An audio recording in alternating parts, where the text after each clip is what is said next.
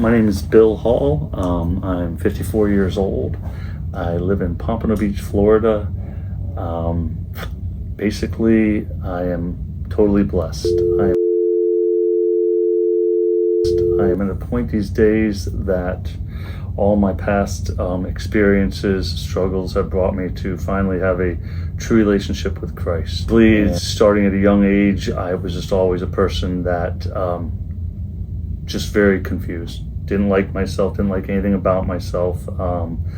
Never a person that would intentionally do any harm to myself, but just was living life, just trying to have life complete itself. I didn't have a purpose in life. I was very unhappy and pretty much hated everything about myself. I come to find out through many years that we don't get what we want when we want it or when we need it, but when we're ready for it. And so I realize now that back then, all those times when I was lost and alone, and I didn't quite fit in anywhere, it was that the people I would have been gravitating towards, or the things I would have gravitated towards, really weren't things God wanted me to be a part of. So throughout life, I never really had acquaintances. I didn't have a good job, or I didn't make what people would consider good money, no real career to speak of, but I was always just kind of lost and wandering. I realize now that the Lord was with me the whole time. And like the song Reckless Love that I love, he was just right beside me the whole time, just waiting for me to come to him. But he was close to me the whole time with a hand on my shoulder. And when I was against him or fighting against the ways he wanted me to live my life, I was always blessed that he was right there for me. He didn't let me get too far gone or too far lost. This life led to basically struggles of all kinds.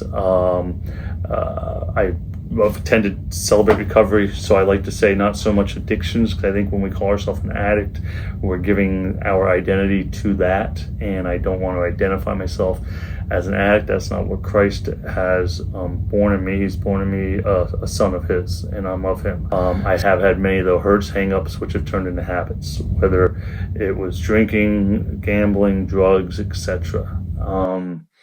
Never had a relationship with God to the extent that when I had met my ex-wife, she was atheist at the time, and she asked me I asked her, "Hey, are you religious at all?" And she said to me, "No, I'm not." I was thinking she was going to say yes, because I thought that was just a nice answer. Something we could talk about was God. So when she said that, I decided, okay, I would say I was not religious at all either. And all of a sudden, God had no part in my life whatsoever at that point. And we got married, didn't even have God in the vows at all, just out of everything. But then through some time, we ended up coming to the church, started to build a relationship with God, went to Coastal Community Church. I'm still there today. It's an amazing church. But it was just a shallow relationship. And the problem was it really wasn't a relationship. I gave myself to him in words, but never really gave myself to him in heart or through a relationship. I served. I was there on Sundays. I was trying to do all the right things, but came to find out that I was really just there people pleasing. I was trying to look good in front of other people. Through different situations, ended up getting a divorce. And after I got the divorce, I stayed at the church and tried to do the best I could to be a part of the church.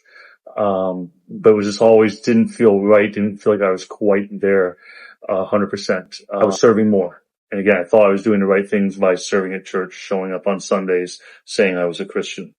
But my life wasn't changing at all. I was still empty. In my past life, I had gotten to where I had a bad drinking problem when I was younger, and then gambling and so forth. But I turned to hard drugs. One day, my life was just at a point I just couldn't take it anymore.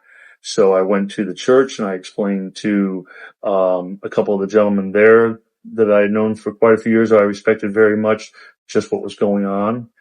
And they told me it'd be a good idea to join a certain group there of the men. So I did that, and for about 8 months or so, everything went well.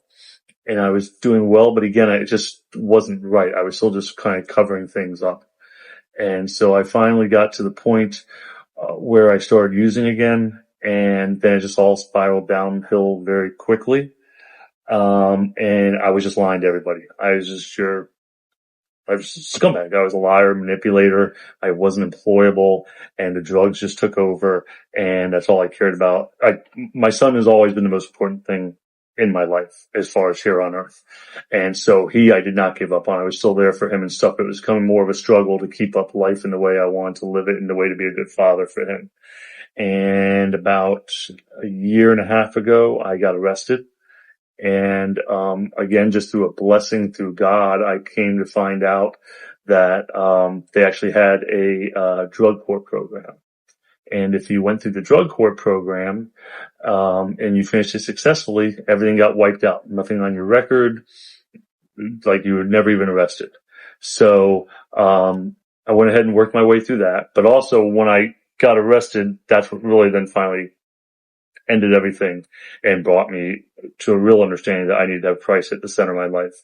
I sat in the back of that cop car and just cried like a baby, please Lord, don't let this happen. It's just going to ruin my life with my son. I won't see my son anymore. And of course, he knew what was best for me though, and I needed to hit rock bottom and I needed to be broken.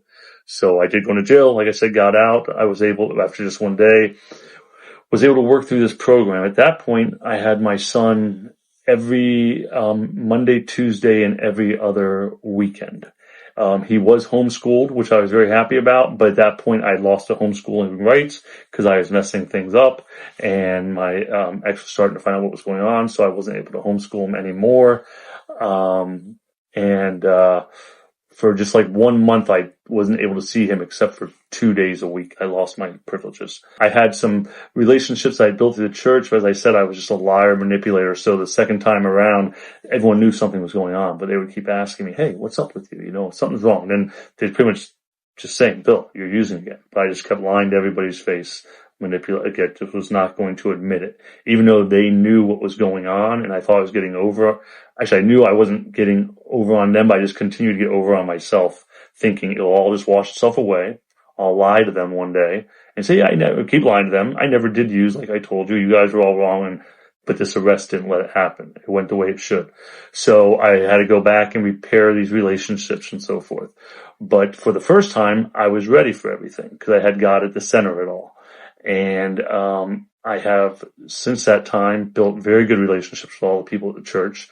I went back and the day after I got arrested, I spoke to the pastor of our church and explained to him exactly what had happened. And as they always do there, they were right by my side, didn't miss a beat, said just come back, start coming back to church. So I did. And since that time, I now have my son every day except for every other Friday and Saturday. He's homeschooled again. He's homeschooled through a Christian curriculum, Monarch, which is amazing. I'm working full time. I'm doing DoorDash and Uber Eats, which to a lot of people probably wouldn't seem like I'm setting it on fire, but for me it's perfect because it's really not about the career and about all the money. It's about having time with my son, having time to serve at the church, and just being out on the road helping other people. It's amazing out there how many people you see that just need some love in their life, that really need Jesus in their life though. So I don't try to show off by doing it, but I always wear my cross necklace. I have my church on, so it gives them a reason to maybe ask me about, where I go to church, and we can strike up a conversation. Or just by doing good at the end of the day, I believe they're going to remember that guy that opened the door, the guy that went out of his way to be friendly or to help somebody. Oh, he must have Christ in his life, and hopefully they'll want what I have found. I can only say I couldn't think of any other way to rectify my life than through Christ. It's all because of Christ. Nothing I could have done on my own throughout my life. Again, I skipped over, but like just in and out of therapy, always trying to figure out what was wrong with me. Why do I hate myself? Why am I ever going to fit in? Why can't I fit in? And it wasn't until I actually got into the Word and really lived the Word that I finally found peace and I found understanding. And it was only through Jesus that now I can truly say I'm clean. I'm past all drugs. I have no desire to go back. I can feel it in my heart. I'm not going to say that I don't make sure I keep on top of things and I don't check myself from time to time, but there's just no desire. God's right at the center of it all. One of the best things for this whole thing is I would go through all the pain again to be able to glorify his name, to be able to help other people go through the things that I've gone through, but definitely to build a strong relationship with my son and give him more reason to see how strong Christ can be and just what Christ can do in your life if you have a relationship with him. Especially like in the drug court, usually they wouldn't allow people to talk about religion at all. The enemy is not religion, it's the word and it's Jesus, it's the truth. But I got to the point where I could point blank sit there and recite scripture, because they would say, how are you doing so well when other people are struggling? And I said, it's not me at all. It's just being obedient to Christ. And I know if you let me talk about him, I can talk. If not, there's really nothing I can do to help anybody here. And even going into the court, each time I had to go in speaking to the judge, he'd always ask, how are you doing so well? And I said, Your Honor, it's just because I have Jesus Christ in my life. I'm obedient to him, and because of being obedient to Christ, I can be obedient to your program, and I can be truthful. And I can do the things moving forward you have to do. They would always say, you can't just say you believe in Jesus. He's not going to fix everything. I said, but that's where people misunderstand, is that when you say you have Jesus in your life, it's not just saying I have Jesus. It means that once you're saved and you get filled with the Holy Spirit, you want to do right. You want to do good. And so you're going to take all the right steps again to glorify his name. When you go to work, you're not working for your boss. You're working for God.